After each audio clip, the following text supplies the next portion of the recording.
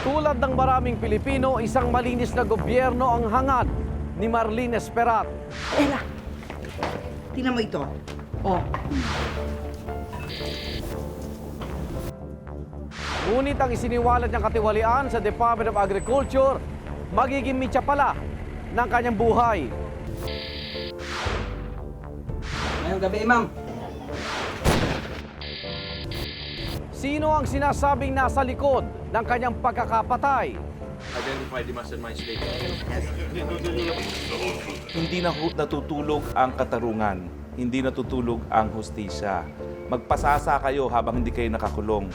Magandang gabi, ako naman Arnold Clavio. Ang mga tanong ng kahapon, sisiya sa atin ngayon dito sa Case Unclosed.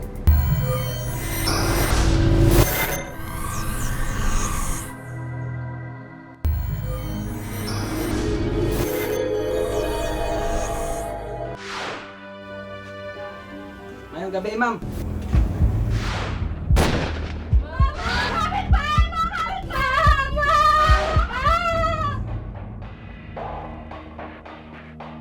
Isang putok ng baril ang nagpatahimik habang buhay sa dating empleyado ng Department of Agriculture na si Marlene Esperat noong March 24, 2005. Gusto nga ka ng bebe sa tindahan. Baka naglalakwat ka na naman, ha? Nagbantay na po ako ng tindahan, Mama. Tinulungan ko pa nga po si ate. Isang masayang hapunan ang pinagsasaluhan ni Marlene at ng kanyang dalawang anak sa kanilang tahanan sa Sultan Kudarat bago naganap ang malagim na krimen.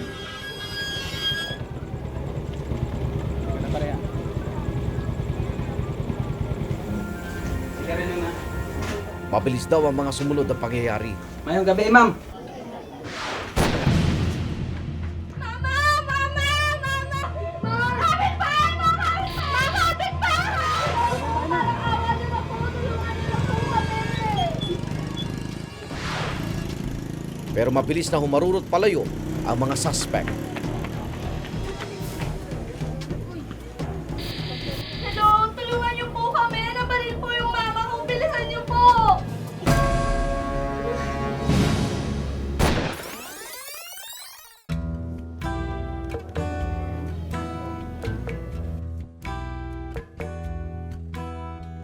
Makulay ang personalidad ni Marlene Esperat.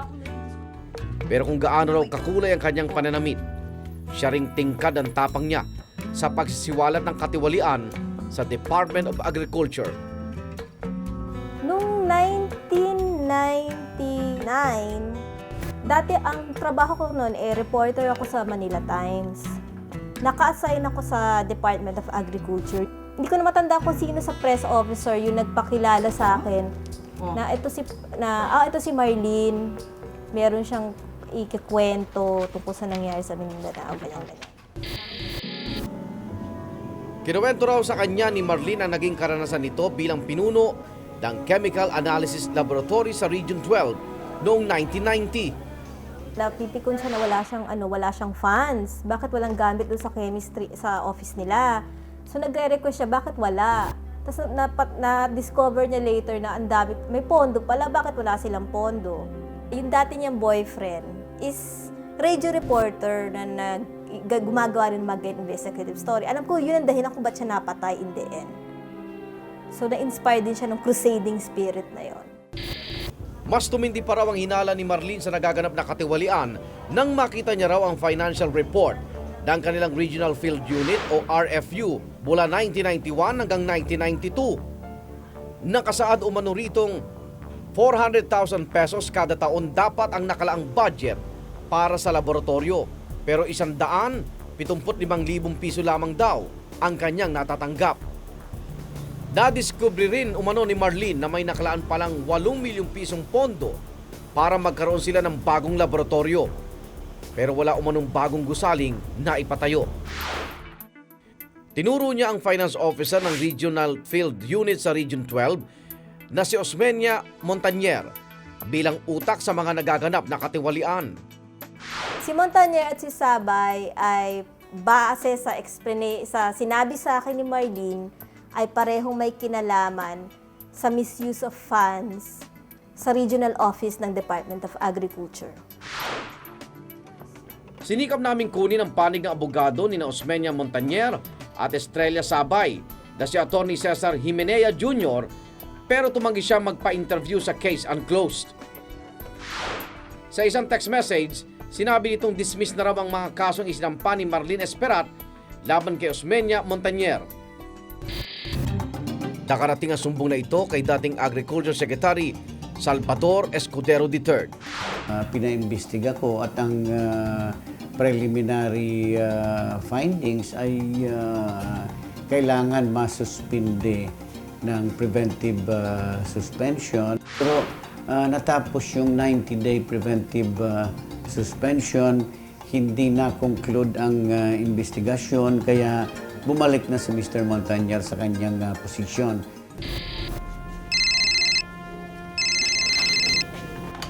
Hello? Sino ka? Magpakilala ka, hindi ako natatakot sa'yo. Hello?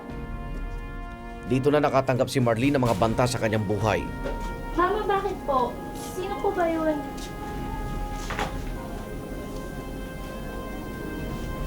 Anak, halika. Gusto ko maging matapang ka. May nagbabanta sa buhay ni Mama. Binabuti niyang umalis sa Cotabato noong May 10, 1998. Sumailalim siya sa Witness Protection Program ng Department of Justice. Kinalaunan ay naging action officer siya ng Resident Ombudsman ng Department of Agriculture sa Quezon City. Ngunit ang pinakamalaking pasabog ni Marlene ay nang maghain siya ng kaso sa Ombudsman laban kay dating NFA Administrator Arthur Yap, dating DA Undersecretary Jocelyn Jokjok Bulante at iba pang opisyal ng Department of Agriculture noong taong 2004. Tungkol umano ito sa maanumalyang 432 million pesos na fertilizer fund para sa GMA Rice Program noong taong 2003. Kasi po, ginawa po ng Department of Agriculture, inilipat nila sa NFA ang responsibilidad ng pamimili nitong mga fertilizer. Ang sabi sa complaint, illegal po yun. Pangalawa, sabi po sa complaint, walang public bidding dito. Pangatlo, nagkaroon ng overpricing. Yung sinasabi niya na anomalya doon ay hindi naman si Mr. Bolante signatory sa agreement between the National Food Authority or the NFA and the Department of Agriculture or the DA. So, walang sapat na katibayan na si Bolante is linked to the agreement between NFA and DA. Kung hahalugugin nyo ang records ng NFA, makikita na talaga nagkaroon ng public bidding. At ang mga records na ito ay ibinigay namin sa Ombudsman. Ikalawa, sinasabi na overpriced daw. Ang problema, wala namang pinakitang ebidensya na may overpricing. Noong taong ding yun, nag-resign si Marlene bilang empleyado ng Department of Agriculture. O ito, ano yan, Tendin? Hindi, malulugi naman ako niyan. 3 gifts na. Kunin mo na yan, maganda yan. Bagay na bagay sa inyo, malaking pamilya mo. Nagtayo siya ng maliit na sari-sari store sa kanilang tahanan sa Tacurong City, Sultan Kudarat. Nagtinda rin siya ng plastic wares para makadagdag sa kanilang kabuhayan. Noong 2004, naging manunulat si Marlene Esperat ng lokal na pahayagang Midland Review. May column siya rito na Madam Witness. Alam ko, sa mga columns niya, hindi tumigil yung pagpapatama niya dun sa dalawa. Hindi ko nabasa yung column, pero posibleng isa sa mga pinatamaan niya sa column na yon ay si Montañer at si Sabay. Alam ko hindi yung fertilizer scam ang dahilan kung ba't siya napatay. Taliwas naman ito sa paniwala ni Atty. Harry Roque ng University of the Philippines College of Law. Hindi nagkaroon ng pagkakataon na magsampa rin ng panibagong kaso si Marilyn para dun sa part 2 na naging area na inimbestigahan ng Senado. No? Pero kung siguro hindi siya napatay, nagsampa rin siya ng kaso. Dahil siya naman talaga ang source ng lahat ng dokumento na ginamit ng ating Senado. Well, tingin ko kaya nga siya pinatay para mapatay na rin ang katotohanan. Ang tinutukoy ni Atty. Harry Roque ay ang 728 million pesos na fertilizer fund scam na nagsangkot sa pangalawang pagkakataon kay dating Department of Agriculture Undersecretary Jocelyn Jok Volante.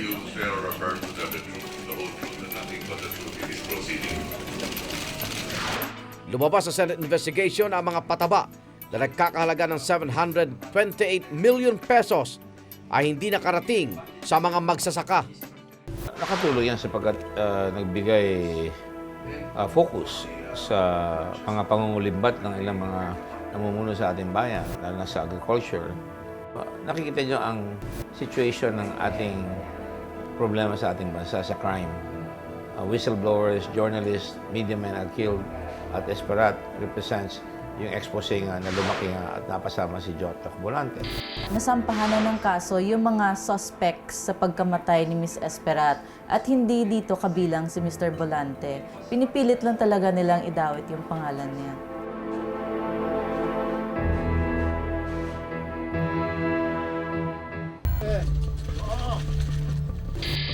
First, we have Rowie Barua.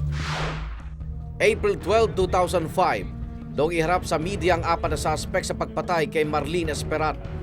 Special interest in this case, Kinilala silang sina Estanislao Bismanos alias Jun, Randy Grecia alias Jack, Jerry Cabayag at Sergeant Rowie Barua. So you affirm and confirm that the contents of these statements are true, correct? Inamin ni Sergeant Rowie Barua sa kanyang sinumpaang salaysay na dati siyang miyembro ng 36 Military Intelligence Company sa Cotabato City. December 2004, nang ma-assign daw siya bilang close-in security ni Estrella Sabay, Chief Accountant ng Department of Agriculture sa Region 12. Balapit umano kay Sabay ang finance officer na si Osmeña Montañer. Lahat siguro marahil ng mga papeles na may kinalaman sa paglabas ng pondo ay dadaan sa kanilang dalawa. Sa pagkukwento ni Atty. Santos, nung pinatay si Esperat, meron pa siyang nilalakad na iba pang papeles. May sinusundan pa siyang tinatawag natin na paper trail at lumalabas dun sa paper trail na to, dun sa fertilizer fund scam, makikita kung ano yung papel ni na Montañer at Sabay.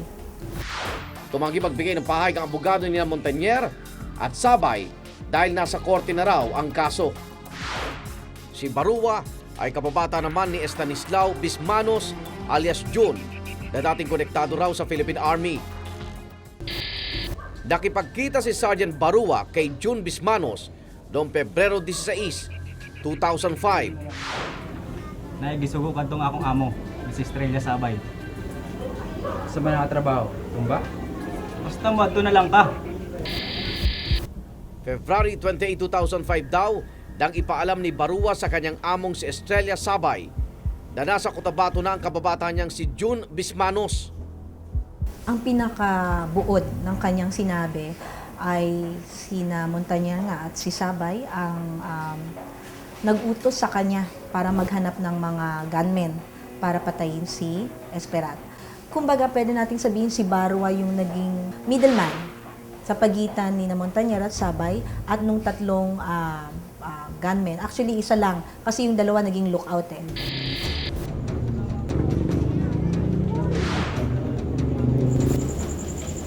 Hello, sir. Location na ako.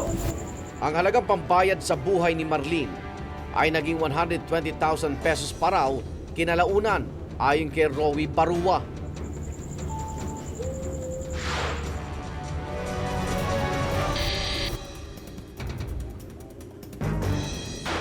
Isinama ni Jun Bismanos ang kanyang mga kaibigang sina Randy Grecia at Jerry Cabayag upang maisagawa ang plano. March 3, 2005, nang ipakilala ni Jun Bismanos sina Cabayag at Grecia kay Sergeant Rowie Barua.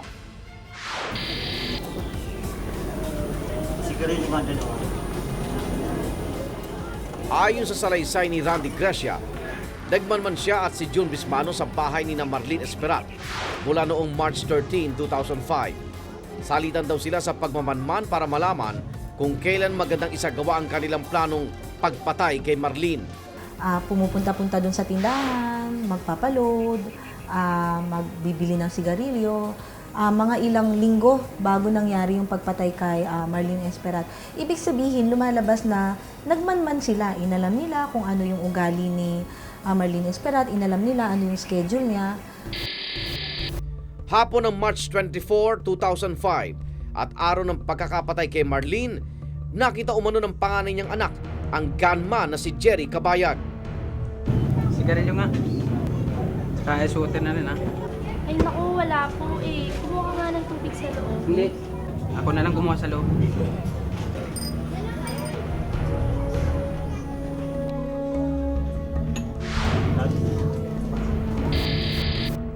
Bandang alas 6 ng hapong iyon, nakita niya naman ang suspect na si Randy Grecia na nakikipaglaro sa mga bata sa harap ng kanilang bahay. Bagay na inamin ni Randy Grecia sa kanyang sinumpaang salaysay. Ayon sa kanya, agad niyang ipinaalam sa mga kasamahang sina June Bismanos at Jerry Cabayag na ito na ang magandang pagkakataon para patayin si Marlene. Ngayong gabi, ma'am.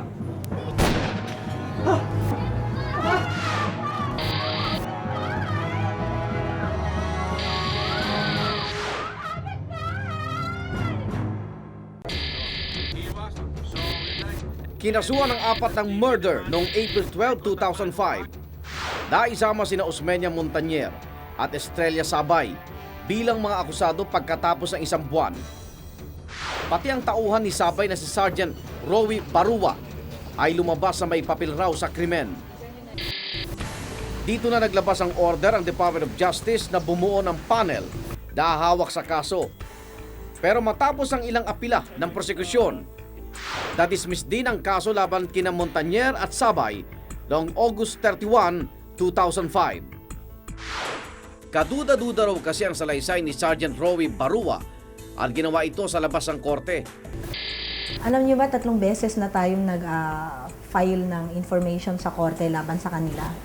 Yung una, they were dropped from the information kasi extrajudicial statement daw yon.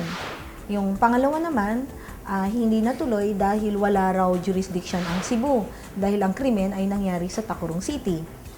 Kaya balik ulit kami sa Tacurong City ngayon. September 28, 2006, naglabas ang desisyon ng Branch 21 ng Cebu Regional Trial Court. Guilty sa kasong murder sina Estanislao Bismanos, ang gunman na si Jerry Cabayag at ang sumukong si Randy Grecia. Habang buhay ng pagkabilanggo ang naging hatol sa tatlo, dapat walang sala naman si Sergeant Rowie Barua dahil sa kakulangan ng ebidensya. Sa akin, importante na ma-serve yung warrant of arrest sa kanila dahil inaasahan ko may ikakanta pa itong dalawang ito. Kung sila ang tinuro na nagbayad, siguro itong dalawang to magtuturo kung sino talaga ang nagplano ng pagpatay kay Marlene Esperat. October 20, 2008, muling inihain ang kasong murder laban kina Osmeña Montañer at Estrella Sabay sa Branch 20 ng Tacurong Regional Trial Court. Kinabukasan ay nagpalabas ang warrant of arrest laban sa dalawa. Kasi sa batas natin, pwedeng ma-dismiss yung kaso sa'yo, pero hindi siya final. Hindi siya nangangahulugan na hindi ka pwedeng balikan. Yan. Ganun yung unang dismissal na nangyari noong 2005. Yan. Kaya pwede pa silang balikan. Dito lang nakaraang May 21, 2009, muli naghain ng petisyon ng kampo ni na Montañer at Sabay. Ito ay para ipawalang bisa ang pagbasura ng korte sa dalawa nilang naunang apila na iurong ang kaso laban sa kanila. So ang petition for certiorari, ito pa yung sinasabi nating hindi magandang balita. Habang tumatakbo ang kaso sa Tacurong City, pwedeng tumakbo din itong petition for certiorari. Hindi na natutulog ang katarungan, hindi natutulog ang hustisya. Magpasasa kayo habang hindi kayo nakakulong. Pero etong sasabihin ko sa inyo, hindi lang ako ang gumagawa ng hakbang upang kayo'y finally mahuli na. Napakadami namin. Sa records na nakuha ng case unclosed mula sa Bureau of Immigration, lumalabas sa March 15, 2007 nang makaalis ng bansa si Estrella Sabay. Nakabalik rin siya noong March 27, 2007. September 26, 2007 naman ang huling umalis ng Pilipinas, si Osmeña Montañer. Wala ng record na nakabalik na siya ng bansa. Hanggang hindi mahuli ang masterminds, ay hindi ganap ang hustisya. Hindi sila matatahimik hanggang hindi makulong tong sinasabi nating masterminds na sina Montañer at Sabay. Hanggang sa ngayon, hindi makausad ang kaso dahil nagtatago pa rin sa batas sina Montañer at Sabay.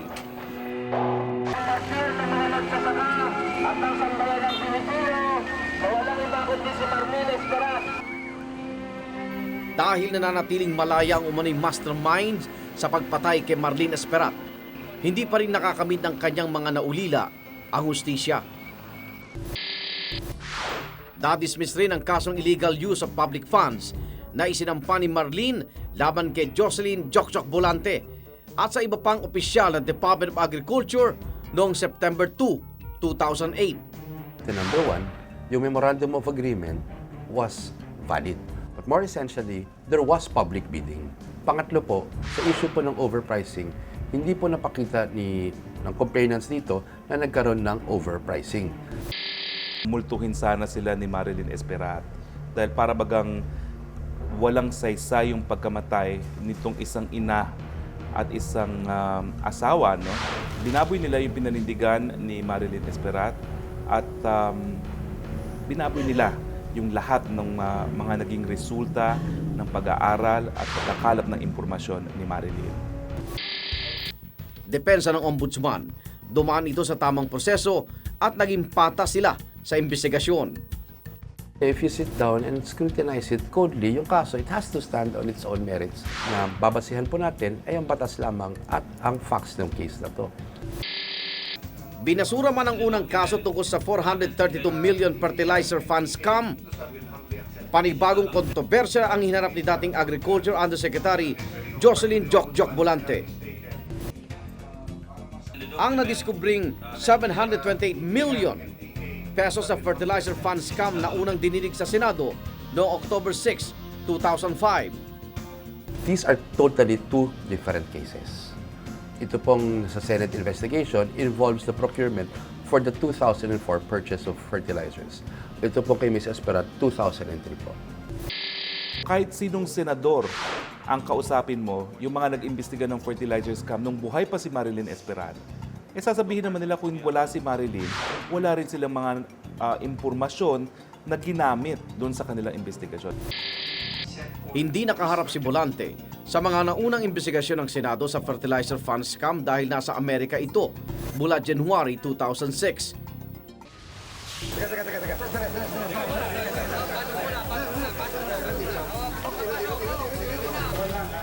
October 28, 2008, nakabalik ng bansa si Bolante matapos siyang ipatapon ng Estados Unidos pabalik ng Pilipinas. Sino nga yung mga kliyente yan? I could not even recall their names anymore. Hindi mo tinanong? Your Honor, we only met once and it was only for 30 minutes.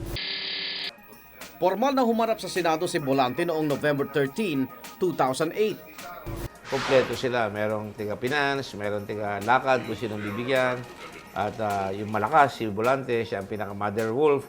Na talagang ginagawa niya na makuha yung pera. Tapos meron mga taong tiga-lakad, tiga-pautang kunyari, at tiga-launder ng pera. Ang isang sentimo ay walang nawala. Hindi nawawala. So, all of the 728 million was duly accounted for. That is the report submitted by the COA. So, we cannot say na may scam talaga dito sa 728 million. Lahat ng akusasyon ay pinabulaanan ni Bolante sa Senado.